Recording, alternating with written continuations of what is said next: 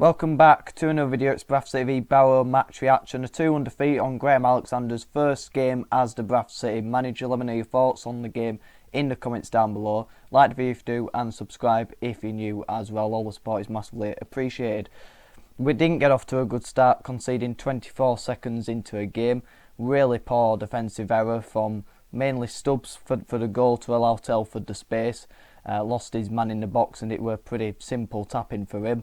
But the way they worked the ball down that our left hand side with Rideout and Walker getting done far too easily for the cross to come into a box, that were also really poor. In the first half, you saw the vulnerabilities to the defending, with especially Rideout in that first 20 minutes before he got injured, really exposed him with his lack of pace. And if you're going to be playing the sort of narrow full-back defending like we did and like we do, you do need someone who isn't as slow as Rideout, because he will get caught out, and they did that time after time. And yeah, I don't understand. The two things I'm really struggling to understand about modern day football is the obsession with narrow defending from wide areas, letting teams just have put crosses into a box and letting teams have overloads on the wide flanks. Because yeah, whilst you might feel like, especially with a Taylor and the Stubbs at the back, they can deal with the height, but you're allowing all sorts of crosses to come into the area with too much ease, with playing narrow, having your defenders play narrow, and you're putting too much pressure on yourself. And then the second thing I have a big problem with, I didn't see it at first, but now it's really becoming a problem, is having everyone back for corners. You know, there's no one to put the pressure on them when the ball comes out. There's no target man to hook the ball over to, and you're just trapped in. You know, there's always someone on the edge of a box for them, but the keeper can come into your half and then send it back into a box, and it's a massive overload, and they can create some good chances from it. And against a side like Barrow, who have some very physical, tall centre-backs, and then in the forward areas as well with Ekwa, you know, you're going to put a lot of pressure under yourself by doing it, and we've conceded a lot of goals by doing it. Not today, but there were a lot of chances that they had through set pieces by just putting pressure on yourself by doing it. So they're two things I really am struggling to understand the obsession with in recent times. Our goal, really good bit of play, bit of patient play down the flank, worked it well. Walker got in behind their defenders like they did for their first goal, and pulled it across the face of goal to Smith, who made a really good run. He sort of pulled away from the defender, realised that were a hard pass for Walker to pull off, and then darted towards the face of goal and got across the keeper before he could get an hand on it. So a really good bit of play from Smith to get the goal, to get into a position to score it, and great bit of composure from Walker to be able to pick the pass and not just put a cross in without much thought. So really good bit of play for the goal, but that's as good as it got in the final third for us. We were toothless, we didn't create enough, and we had a lot of ball in and around their penalty box, but a lot of backwards and sideways passing that didn't really lead to much. And when it did, we didn't have that composure that we showed for the first goal to put the ball in the back of the net. Gilead had a good chance that just sort of went over in the second half on his left foot. Smith missed a fantastic chance as well in the first half, where he really should have buried that. Derby had an incredible chance that just sort of bobbled around the penalty box. No one could really get a good shot on it, and it just fell perfectly to Derby, just inside the penalty area. And you're just thinking, this has to nestle into the back of the net, and unluckily, it's just bad technique, isn't it, really, and composure. That's the final thing that we didn't have. And it might as well have gone towards Nasser, because there were no way that we're ever going into a back of a net. And it sort of summed up the performance really in the final third. But defensively as well, the two goals we conceded were poor, and we switched off for both of them. I suppose one thing a lot of fans won't have liked either, and something that I understand why teams don't play a width in the final third. When you lose the ball, it's easier to win it back is another thing, because you can press in those areas without being completely wide, and especially if you're playing a 4-4-2, if you're wide, it's easier for teams to get into the gaps.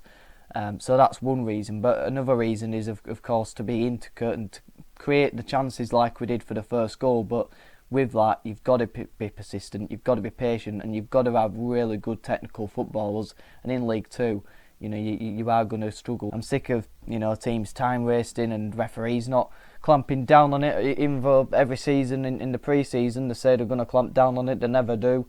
They'll let them time waste and let them take 5 minutes to take a throw in, let them, just roll down, let the keeper roll around for a few minutes, and then he gets straight back up. A player holds his head, the referee blows the whistle, it never gets pulled back. You get 10 minutes added on at the first half, but that's not going to do it because the players are knackered anyway.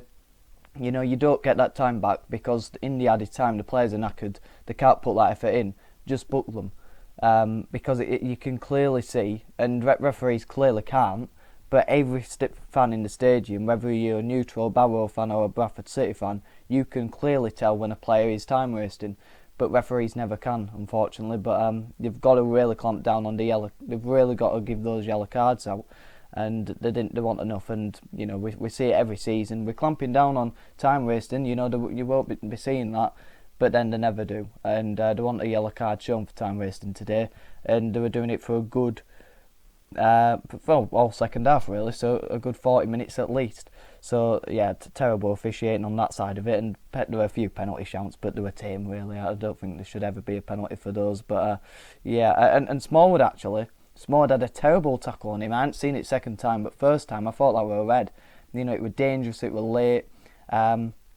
I don't think the referee got a good enough view to send him off, but from what I saw on the angle, but in the best, to be fair, that were sending off for me. But like I say, you can't focus on the referee because in the final third we were toothless and we didn't do enough to win the game on that side of it. But let me know your thoughts on the game in the comments down below. Let me know your player ratings in the community tab as well. 5 being the best, 1 being the worst, and 3 being the average. Harry Lewis then in goal.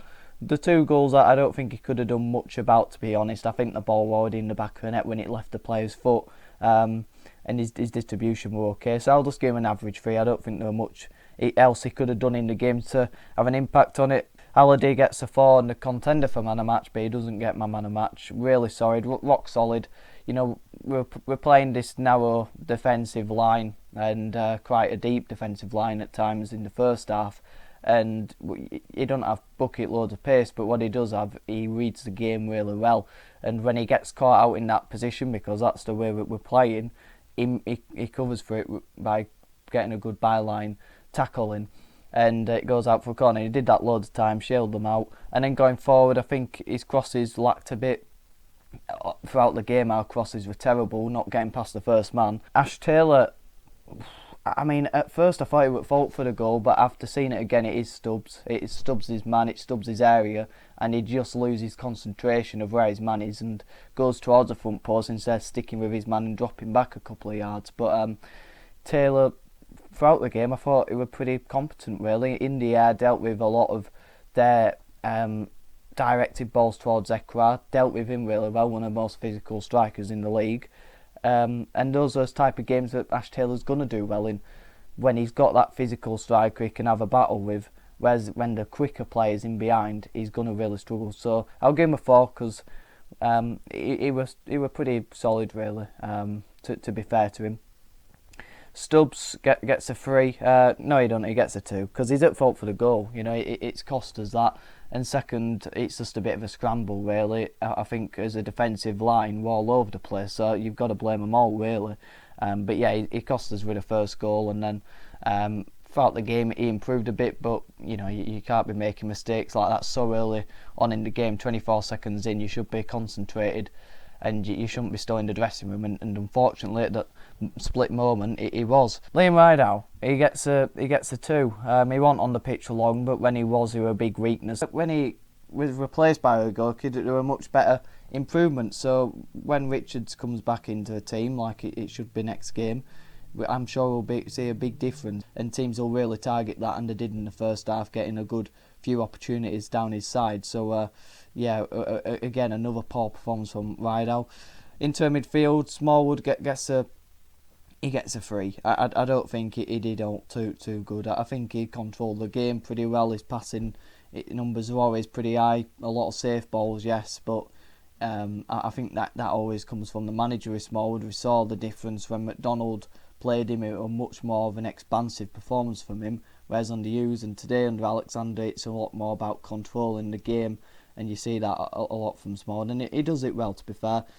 Gilead gets a 4 for me simply because he started the game in central midfield and then ended up being a left back, and then when Halliday came off, he ended up as a right back. Versatile, very good in all positions, Gilead, and he always gives 100%. So he's my man of match because he had to play a number of roles and did it adequately to the game. So yeah, a really good performance again from Gilead. Poynton gets a 2. I think that's the lowest I've give Poynton. I was really disappointed with him. He had a lot of the ball on. I don't know how he got man of match, but he always does. I love Poynton. He's a City fan, City through and through, and he gives 110% to every game, and he's always looking to create, but he didn't create today, and it's no good looking to create and not creating, and they'll know that. He really has to work on his crossing. I don't know why he's on corners, because it's a big weakness of ours. It never really gets past the first man, and his crossing throughout the game never really got past the first man, and Cook's had a lot of criticism, but Andy Cook he's never, even last season, scoring 30 odd goals. Yes, his work rate was pretty strong throughout the season. He thrives off chances, and if you don't give him a single chance, how is he going to score? And if you're not putting good crosses into a box, Cookie ain't going to score. And I think Poynton mainly today probably put the most crosses into a box, and did they reach a player at all? I'm not convinced they did. So that's something he's really got to work on, because he doesn't get enough lift on it to get it up and off the ground and to get it over the first man most of the time. So that's a real weakness to his play that's costing us slightly at the moment. Jamie Walker, he's got to get a 2. I'll give him a 3. I thought he was slightly better than Poynton. Played across the forward line, created a few chances, but again it wasn't quite good enough. But I'll give him the 3 because of the assist to Smith's goal. Really good composure and good movement to get into the position, and never stops running as well, does he, Walker? Tyler Smith, he gets a 3. He scored the goal, but he also missed an absolute sitter. He's a couple of yards out and it goes straight to keeper. He's got to be burying that. But his overall play wasn't bad either, but he's got to, that other chance, he's got to score it, and he's got to get marked down for that. And Andy Cook, he gets a 2. He didn't get a chance. I can't recall a chance anyway. He's like I've just said, he's not going to be the same player if he's not getting the chances. Are you going to drop him? Well, Vidane and Oliver ain't back. Are you really going to want to play Smith and Derbyshire up front? Are you really going to want to play Smith up front on his own? I'm not sure you do that. So whilst Oliver is still out, Cook still plays, and when Oliver's back, you bring Cook out of the team and give him a rest. But at the minute, there's no alternative to Cook, so you don't bring him out. And he will come good. He just needs a rest, because last season he got that rest and he came back like a man possessed, and I'm sure he will at some point again this season, but he needs that rest, and there's no one to come in, like I say.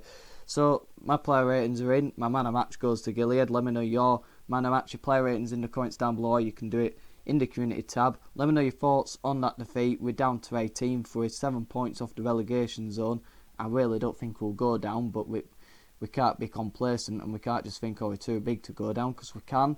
But I think the squad is too good to, and the manager will get us thriving up the table. With a full week's training session, we'll see what we can do against Notts County. They lost today to Crewe, so they're not in as good spirits as they has been previously in the season, and there's a long way to go. But yeah, we're quite far off the promotion pack, but you can get a good run in the league. I just don't think that we have enough at the minute to really put that forward. I don't think the team are really connecting with each other. I think there's a lot of holes in that performance today, a lot of improvement that needs to be done with Alexander, and the squad needs to be reshaped in January. There's a lot that needs to be fixed to get us towards the promotion pack. But let me know your thoughts in the comments down below. Like the video if you did, subscribe if you're new. All the support is massively appreciated. Heading towards 300 subscribers. Have a good one.